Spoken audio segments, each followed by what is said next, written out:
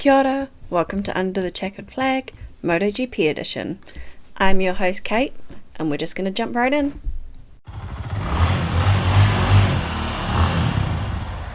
It's Monday, so that means I am here to talk about MotoGP.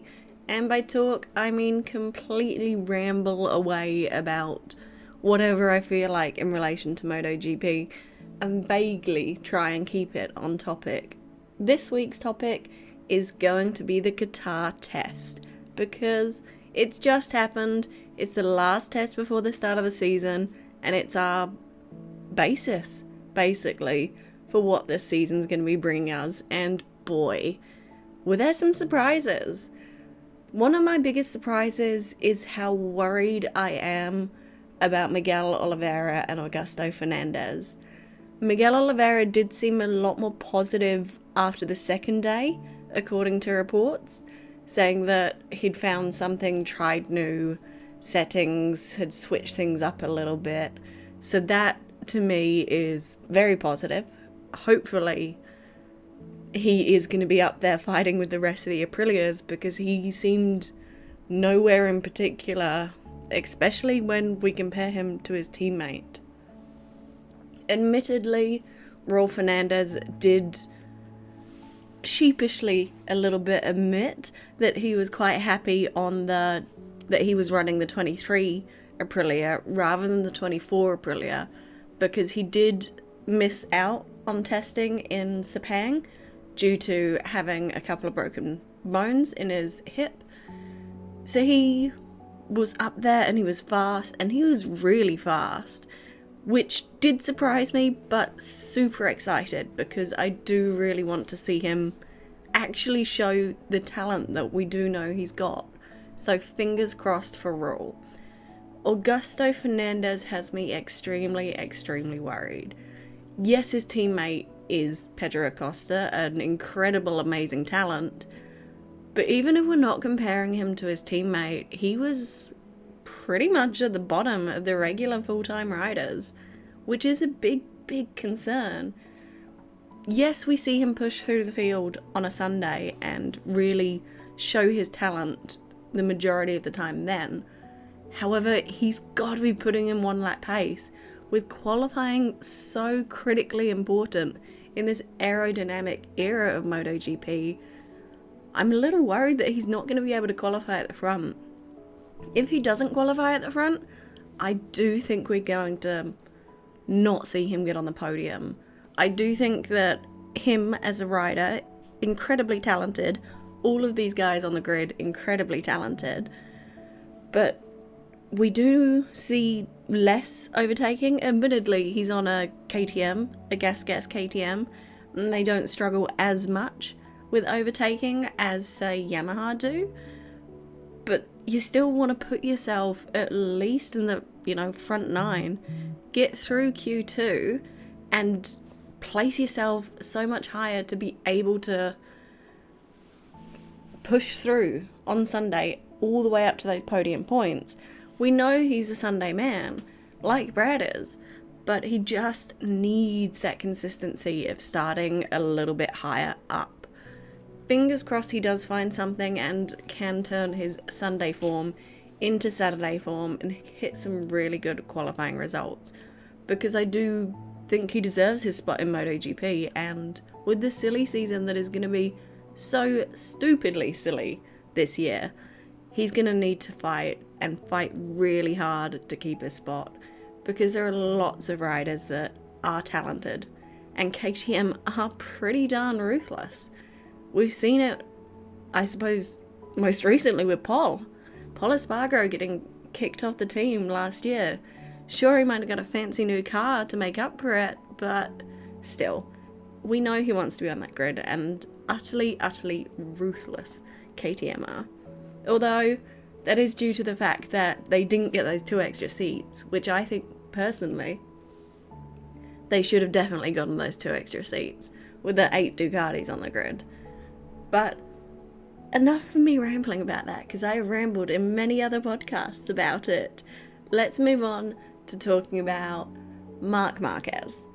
He was going to come up at some point, and for the first time in the 2024 season, we have seen him push that limit on the Ducati and go over the limit of the Ducati, which I personally think is quite good. I'm glad he's done it in testing. I really hope he doesn't do it very, very frequently, like we know him to be, and how he got his nickname Crashes or Crash. Yeah, I don't quite know how that rings. I see it all the time written down, but it doesn't really come out of my mouth in a flowing way. But then nor do the majority of the MotoGP, Moto2 or Moto3 riders' names, for that matter. So, Crashesque, whatever his nickname is, just because he truly pushes every bike over the limit. Admittedly, he normally does it in practice, which is the best time to do it. He does seem to get it all out of the way, find the limit, so that when it comes to qualifying and the race, he doesn't need to go over that limit. Because I don't think I could survive another Germany 2023, or traumatized. It's like that, meme of the flashbacks. It was, not a good weekend for Marc Marquez, and I don't want to see him looking forlorn and truly beaten by a Ducati as well as he did that weekend in Germany, because my gosh, seeing him with his head near his hands near that lake, that cut me deep. I can't imagine how he must have felt to be truly beaten by that Honda. And I always say it, I'm glad that Marc and Honda are parted ways, because they needed it. It was a mess that both parties created, and so I'm really hoping that Honda can turn it around and make a bike that is rideable for everyone. And to be fair, it does look like they've done that, or at least have made significant steps forward towards having a bike that's rideable for many, many riders, rather than just one alien rider named Marc Marquez. One group of people, I suppose, that I think will be feeling a little bit hard done by, might be the wrong terminology, but a little bit miffed, is the 2023 Ducati riders. While arguably they still are, without a doubt, on some of the best bikes on the grid, it seems a bit of a worry, whatever this is, that Ducati have found for the 2024 machine. Because that 2024 machine looks like it's going to absolutely dominate. And Pecco Bagnaia very well may be getting his wish for the older satellite teams to be further behind, because they just look so much further behind. There's this undertone of worry, I think, in the paddock for the one-year-old satellite Ducati teams, because they can see that the factory has made these really big step forwards, and it's not going to trickle down to them. I don't know what sort of agreement, if any, they'll have for picking up new parts, for being able to get points towards upgrades, or whatever they're going to do, or if those bikes are going to be completely static. It's going to just be something quite hard to comprehend for them, because last year they were so close. And so, especially the VR46 guys, well, maybe not the VR46 guys, but mainly Marco Bezzecchi, who it does seem that allegedly he turned down a ride to go to Pramac Ducati. So if he's now not going to be in the contention for winning races, for battling for podiums, and he turned down a ride that would have had him winning races and battling for podiums, I think I'd be quite frustrated and irritated, one, with myself that this, I'd turned down that ride, but two, I'd be equally frustrated that they've made such a step forward, and the odds are that it's not going to trickle down to me. But who knows? Maybe there's more at play in that situation. I do still wonder if we are going to see him make the move to Yamaha, along with the VR46 bikes. All the media coming out is saying that it looks like they're going to sign again with Ducati. But we can't always trust reports that are coming out, and only time will tell. I think they are the team that's most likely to switcheroo. Other, I suppose you could call them less fortunate looking people coming out of the test are, I spoke about Miguel Oliveira and Augusto Fernandez a short bit earlier, but without a doubt the rider coming into this season who's got the least experience on their new machine is Franco Morbidelli. After his crash occurred at turn 9 of the Portugal racetrack, where he was testing alongside his Ducati MotoGP buddies and VR46 guys, his CT came back clear, but he was ruled out of both Sepang and Qatar as a precautionary measure, so to say. It's just incredibly unfortunate for him that he will not be able to, get any time on that new Ducati before he's, racing along Qatar in an actual race weekend. At least that GP24 does look so absolutely incredible and dominant, but he's coming from a Yamaha, a completely different bike, and he's going to have no time to adjust up to, get himself up to speed, no time to see what feelings are there. He's going to have one practice session before he's onto time attack mode in practice 2, where he needs to set a lap time to get himself into Q2 so he doesn't have to go through Q1, because this schedule is absolutely, draining, and you've really got to be pushing from the absolute get-go. And so it's quite unfortunate for him that he really is just going to have to do his best in that first race. And I guess it'll be interesting actually to see how long it does take him compared to the other riders, because he'll be coming in completely fresh, and seeing him develop over the weekend will be quite key to see how his season goes, because he really does need to fight to stay in that seat, because that seat is going to be so in demand with so many riders out of contract, and rumours already being that Firmin Aldeguer has a Pramac seat. They're not going to kick Jorge Martin if Jorge Martin wants to stay. So Franco really does need to come out absolutely swinging.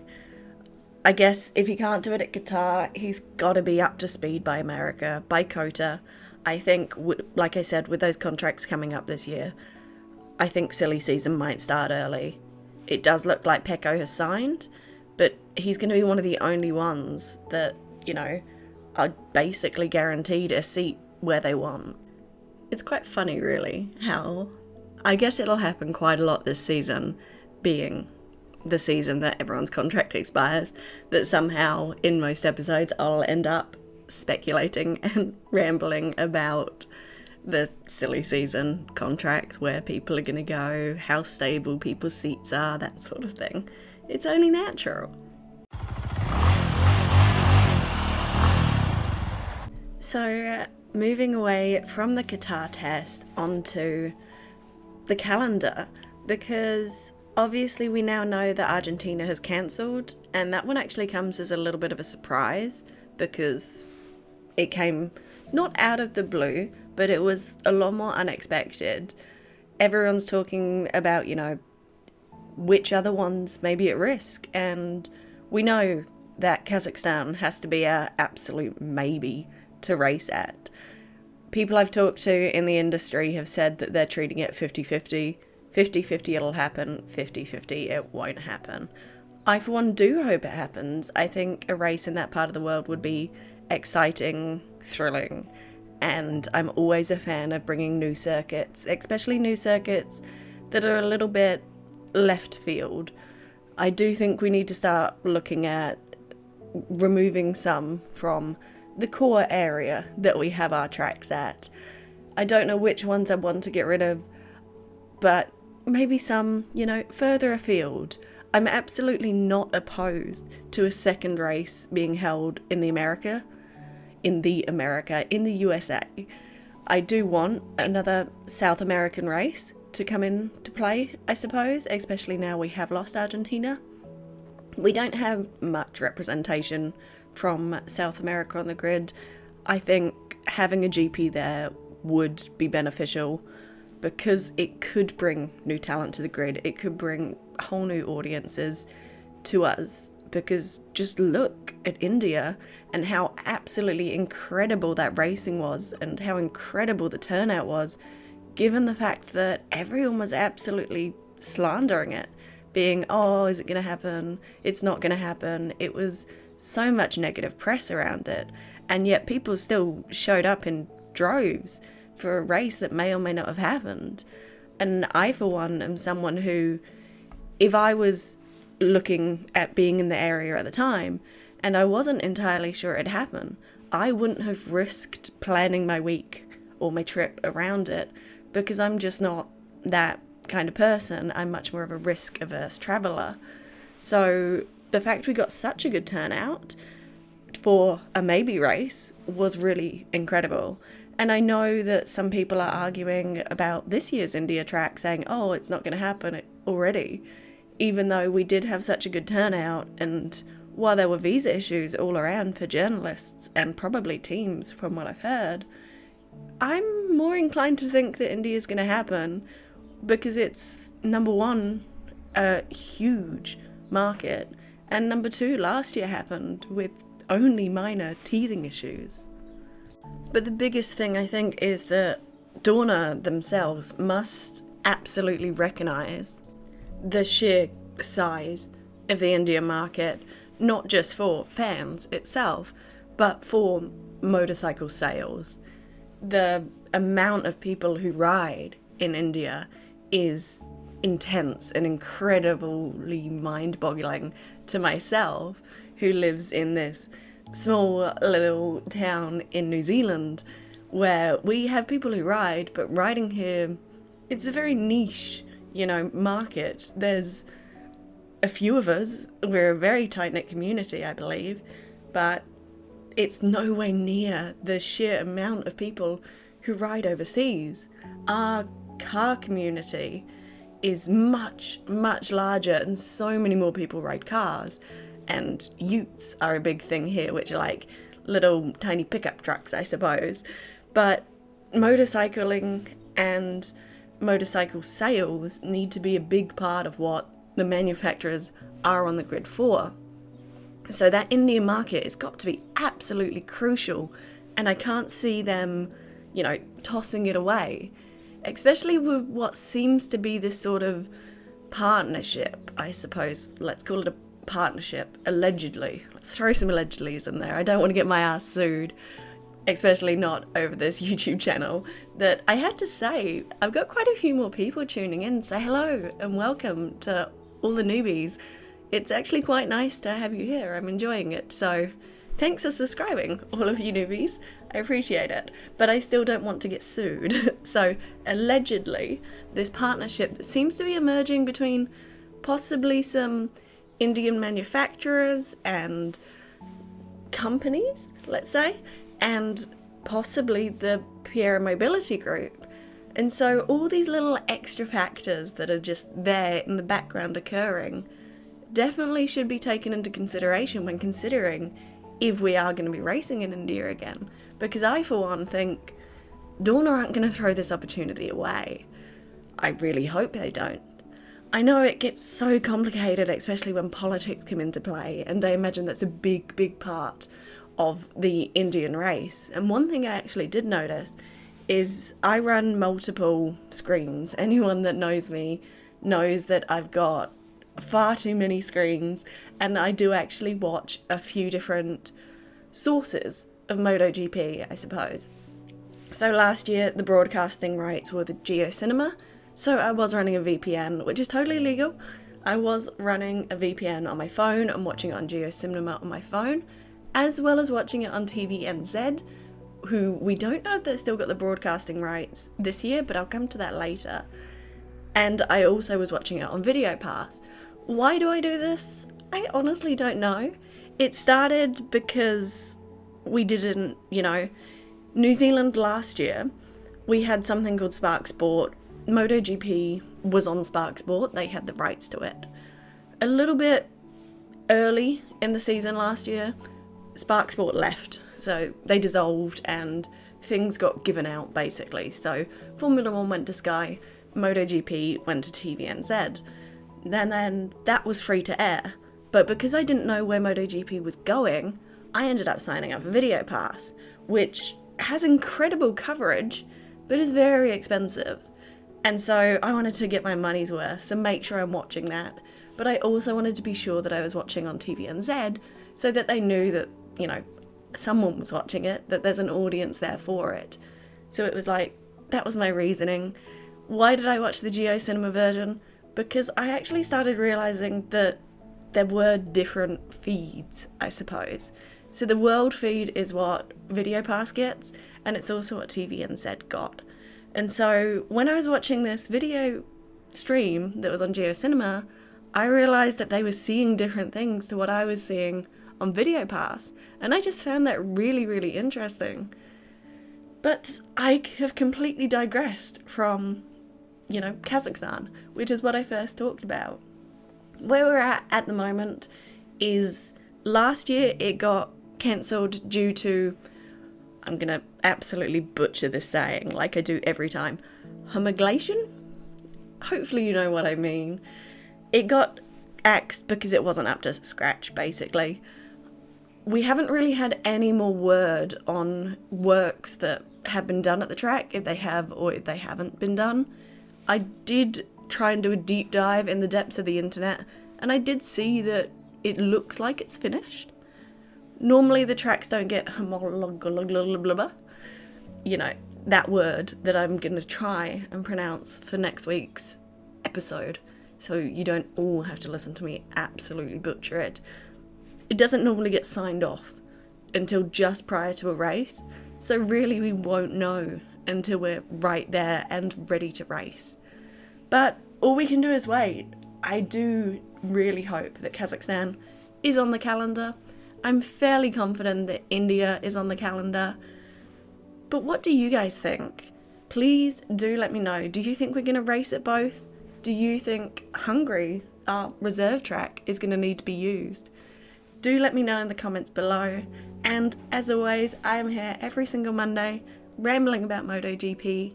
And next week I will be joined by Pozza, where we will be previewing our Qatar predictions and also rating the MotoGP liveries. So, kakitiano.